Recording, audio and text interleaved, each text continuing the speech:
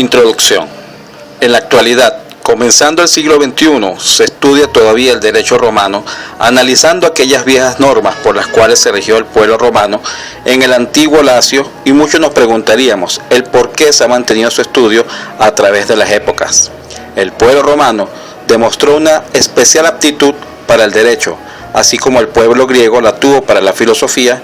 Ningún pueblo de la antigüedad demostró mayor sentido jurídico, y se dice que los romanos sintieron el derecho como poesía, esto es, como vocación espiritual, que era intuición y arte.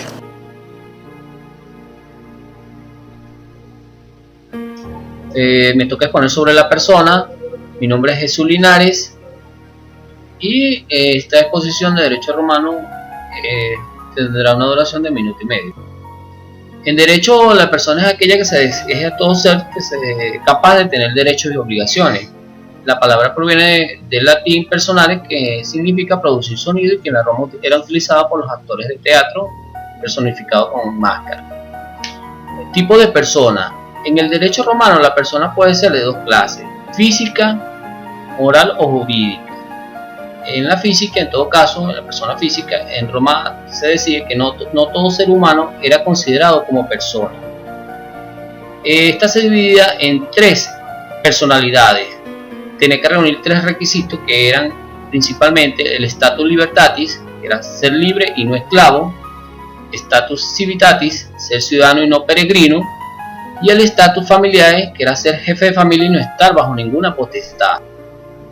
El nacimiento de la persona en la Roma se entendía por nacimiento la separación total del claustro materno, sin que deba ser tenido en cuenta los medios para obtener dicha separación, es decir, nacer vivo, donde la prueba principal era que por lo menos moviera el cuerpo o la respiración o respirar. En el derecho romano permite nombrar un administrador especial llamado curator ventris, que se encarga de gestionar los bienes que el concebido heredará cuando nazca vivo.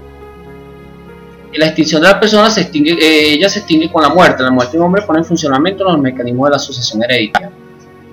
La presunción de muerte se da solamente por premoriencia, cuando 2 o más personas relacionadas de esta forma mueren, que una deriva de derecho para la otra, y si fallecieran en el mismo momento, se vería quién de ellas murió primero.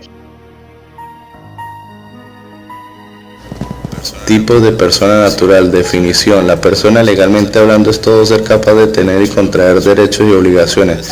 Cuando estos los ejerce un individuo de forma particular, se habla de persona física o natural. Código Civil. Según nuestro Código Civil, las personas naturales son todos los individuos de la especie humana, cualquiera que sea su edad, sexo, raza o condición. La existencia legal de las personas naturales comienza al nacer y termina con la muerte. Requisito para la asistencia legal: que haya nacimiento, es decir, que la criatura sobreviva al parto; que el niño sea separado completamente de su madre, es decir, que su cuerpo salga íntegramente del vientre de su madre; que la criatura haya sobrevivido de la separación un momento siquiera. Estos requisitos se tornan significativos en muchas instancias legales, como los relativos a la herencia.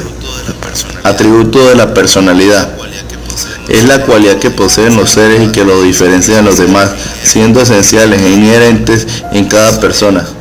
Sin ellos, la vida del hombre sería confusa. Los atributos son: nombre, capacidad jurídica, nacionalidad, domicilio, estado civil y patrimonio. Tipos de persona jurídica. Definición: cuando unos individuos se unen con el fin de lograr un objetivo en común, dispuestos a cumplir obligaciones y ejercer derechos, se habla de persona jurídica o moral, un ente ficticio creado por la ley.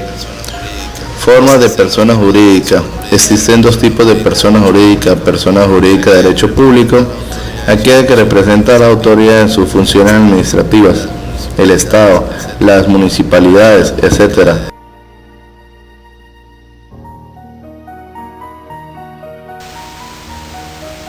La capacidad de los ciudadanos romanos se define como aquella medida de la personalidad que se tiene en relaciones jurídicas para ser sujeto activo o pasivo.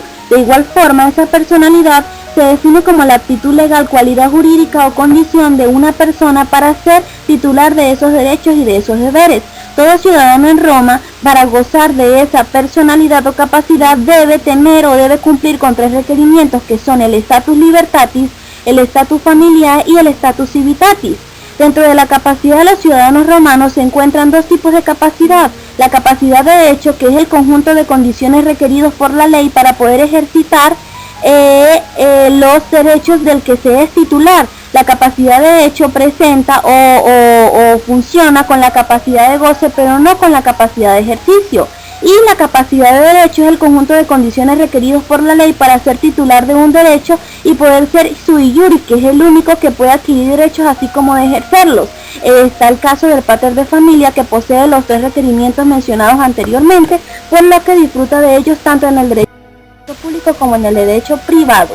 Dentro de las limitaciones de la capacidad jurídica se presentan las condiciones sociales, la ignominia, la infamia, el nexus, el adictus y el sexto. La capacidad jurídica finaliza de tres maneras: por el capitis diminuto máxima, por el capitis diminuto media, por el capitis diminuto mínima y finalmente por la muerte. La persona moral o jurídica, por Rosy Olivero. Las personas morales, que también reciben el nombre de personas jurídicas, son junto con las personas físicas sujetos de derecho. Estas es entidades capaces de tener derechos y obligaciones, pero que a diferencia de las personas físicas no tienen existencia material, ya que son seres ideales. Clasificación de las personas morales. Asociaciones. Son la reunión de varias personas físicas para lograr un fin común. Para que esta reunión fuera reconocida por la ley como sujeto de derecho, debían reunir los siguientes requisitos: por lo menos 3 socios, un estatuto para regir a la organización y su funcionamiento, un fin lícito, cualquiera que fuera la actividad a desarrollar. Fundaciones. Se puede definir a la fundación como un patrimonio afectado o destinado a un fin determinado. Es dedicado a fines religiosos o de beneficencia. Persona jurídica del derecho público, el Estado, es la colectividad política que representa el conjunto de ciudadanos y cuyos representantes necesarios son los gobernantes. Los municipios son el origen del surgimiento del verdadero concepto de persona jurídica.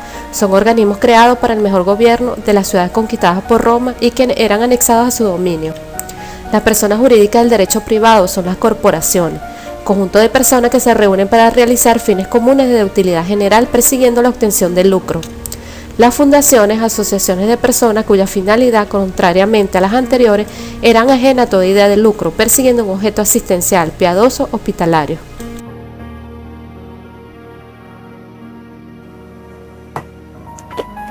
El constitucionalismo venezolano recoge en la Constitución de 1999 y el Código Civil términos como personarum, naturae, sui juris, capitis diminutio, entre otros, siendo los más importantes tutela y curatela, que se mantienen hasta el momento. Persona natural y moral. Desde el principio de los tiempos, el ser humano se ha cuestionado sobre quién, cómo y para qué soy. Según los registros romanos, los clasificaban en libres y esclavos, siendo este último término referenciado específicamente a los agricultores, condición que adquirían desde el momento de su nacimiento hasta la muerte y se mantenían sin alteración a lo largo de su vida.